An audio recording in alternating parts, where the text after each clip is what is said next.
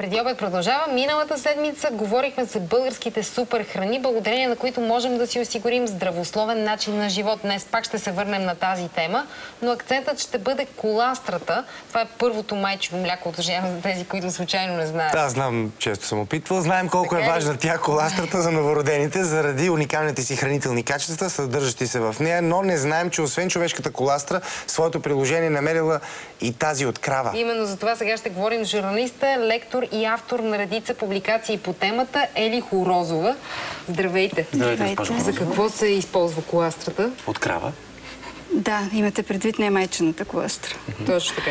Коластрата от крави се използва като матрица на имунитета. Тя може да подобри състоянието на имунната система, както на дете, което не е имало шанса да бъде кърмено или вече пораснало с имунни проблеми или проблеми в растежа, а при възрастните за подсилване на имунната система и за много други неща.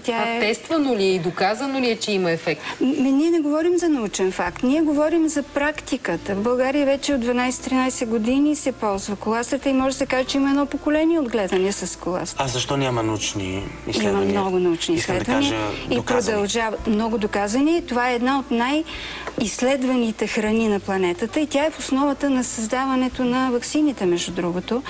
И България имах шанса 2 пъти да се видя наживо с създателя на Института по коластра в Нова Зеландия, професор Михаил Борисенко. Той казва, че благодарение на коластрата се открива тайните на имунната система. Защото, пак казвам, коластрата е матрицата на имунната система. Като казваме коластра, говорим само за коластрата от крава.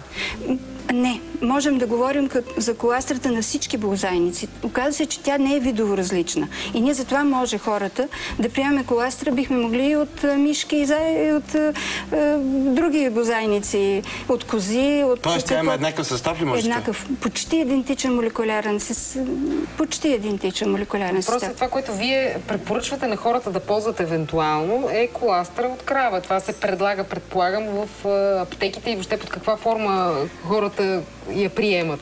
Не, вече популярна в капсули, защото това е начин за съхраняване, много щадящо изсушаване, но най-вече от коластра от крава, защото количеството, което предлага кравата и в рамките на 5 дни почти има коластра, така че остава 2-3 дни за новороденото теленце и има и подарък за хората. Няма ли опасност в тази коластра да са попаднали куп вредни вещества, които кравата е приела, хранейки се? Напоследък все повече говорим за... ГМО, антибиотици?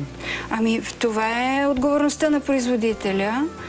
И аз лично не бих препоръчвала човек да ползва натурална коластра от крава, именно поради този проблем. Тоест да не ходим да молим съседката, ако живеем на село, да ни даде от коластрата. Аз бих се притеснила от такова. Тоест тези компании, които са ви познати на вас, разбира се, без имена, които представят коластрата на пазара, те сертифицирани са в това отношение и са абсолютно изследвани, че коластрата е качествена.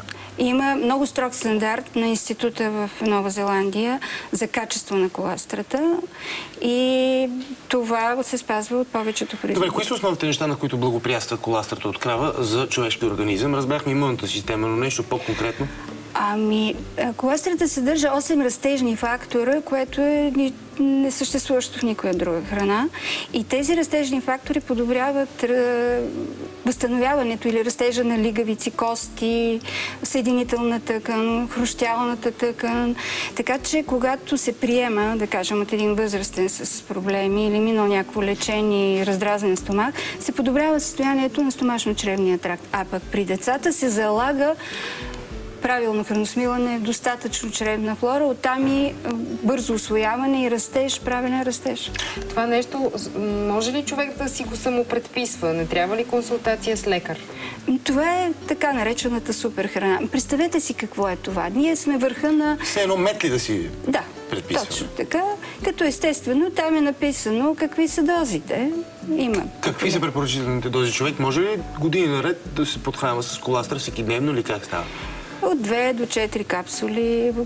Изследователите казват, че ако има проблем, трябва да вдигне 2 пъти дозата. Има много литература в този смисъл. А скъпо ли удоволствието да пича? За мен няколко капсули са примерно лев, 2. Това скъпо ли? За да бъдем наистина полезни на хората, те как биха могли да се ориентират какво да избягват, има предвид по отношение на качествено-некачествено? Ами точно това казвам и в книгата си, последната за коластра, това давам критериите на Новозеландския институт, който е основоположник в използването и популяризирането на говежда коластра, и са много строги правилата, защото е много тънка границата. Тя е високо хранителна среда и е много лесно да бъде заразена от друга страна. Затова трябва да се купува качествена коластра, трябва да се купува гарантиран продукт. Добре, да поговорим за нещо важно. За кои групи хора или за кои хора е подходяща и неподходяща коластата? Вегетарианци, хора с хронични заболявания, бремени. Изобщо да ни кажете така, този принцип. По принцип е универсална храна. За новороденото най-правилната и най-точната коластра е майчината коластра, ако тя е в състояние да я даде. Ако бебето и ако малките деца имат проблеми, за тях също е много добре, защото тя осигурява един комфорт на храносмилателната система. За децата разбрахме, за възрастните хора за от различни групи. Още по-полезна. Не, вегетарианци, например, или хора с хронични заболявания. Вегетарианка. И нямам проблем да ползвам коластра, защото тя не е мляко. Тя е по-близо до състава на кръвта и до лимфата. Тя е секрет. Такъв е Въпросът с алергиите как стои? Коластрата е много полезна за алергични състояния, защото има много антитела, имуноглобулини, но при хора, които имат доказано млечна алергия, там има само следи от млечните съставки. Биха могли да пробват с половин капсула, с една капсула. След време преодоляват, ако много се страхуват, да не ползват. Но се лишават от едно наистина естествено средство. А какво е противопоказано все пак за коластата? Бих искал да разбера случаи, в които не би трябвало да се... Ами, може би майки диабетички да не дават на децата си новородените коластра. Това е единствено в литературата. Има такава препоръка майките диабетички да не дават кравешка коластра заради това, че е краве продукт. Знаете, краве продуктите по принцип имат малко по-едри молекули, млякото специално, и просто по идея този начин да не се провокира имунната система. Но след време, казват изследователите, след една година, когато не е кърмач, може да ползва коластра. Още веднъж, има ли така установено и при кои заболявания, да речем, това има по-силен ефект, използването на коластра?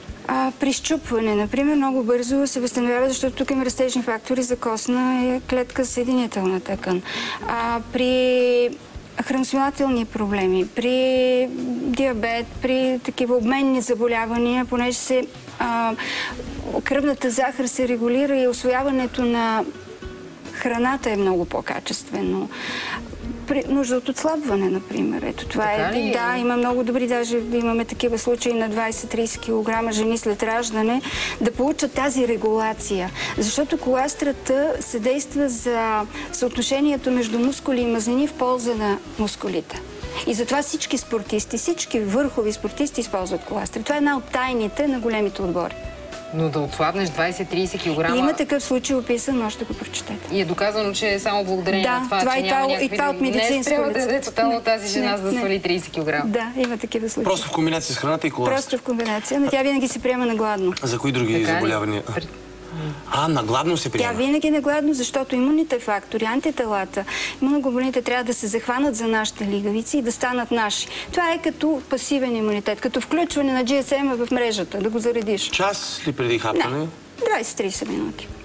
По колко пъти на ден? Това вече е индивидуален въпрос. 2-3 пъти, зависи от състоянието. Но най-добре е сутрин на гладно, след обед на гладно. И казвате, всички големи отбори приемат коластра? Абсолютно гарантирам ви, това е една от тайните на високия спорт. То дава ли все пак някакви допълнителни качества? Има ли да дава енергия на човека, тонус? Точно така. Отключва собствените енергии. Правилното използване на мазнините за енергия, а не за натрупване на... Подобрява растежа, регенерацията след това. Възстановяването е по-бързо. И за козметиката да ни кажете? Знаем, че се използва коласата и в козметиката. Тя и вътрешно е много полезна. Външно като маска може да си прави всяка жена. Какво с тези капсули? Да, отваряте с водичка или с ваш любим крем и си правите една маска или спите така и това е едно прекрасно средство.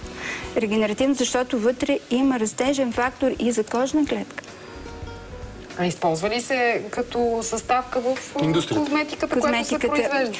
Честно казвам, аз не съм чула такова нещо да се слага, защото не знам дали може да се осигури съхранението, защото тук няма консерванти, няма... А в тези капсули как се съхранява тогава? Това е ли по същата без консерванти. Щадящо изсушено, днешните технологии позволяват да се съхрани чрез изсушаване.